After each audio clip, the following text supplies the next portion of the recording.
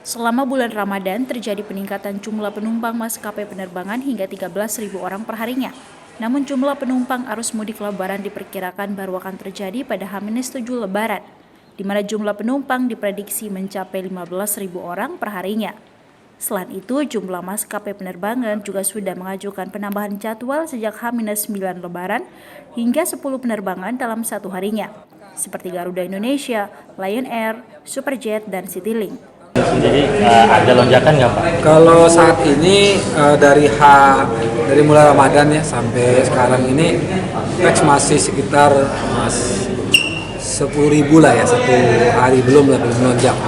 Tapi sudah lumayan, dari mulai puasa pertama tuh down banget, tapi ini sudah mulai bertambah. Saya yakin bahwa akan melonjak itu di H-7.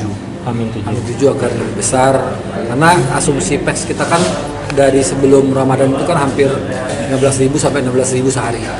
Jadi mungkin akan lebih malah. Bahkan airline sudah menyiapkan extra flight, ada 10 penerbangan, yaitu Superjet, Lion, Sriwijaya juga satu, kemudian Garuda dan Citylink. Mereka menambah flight.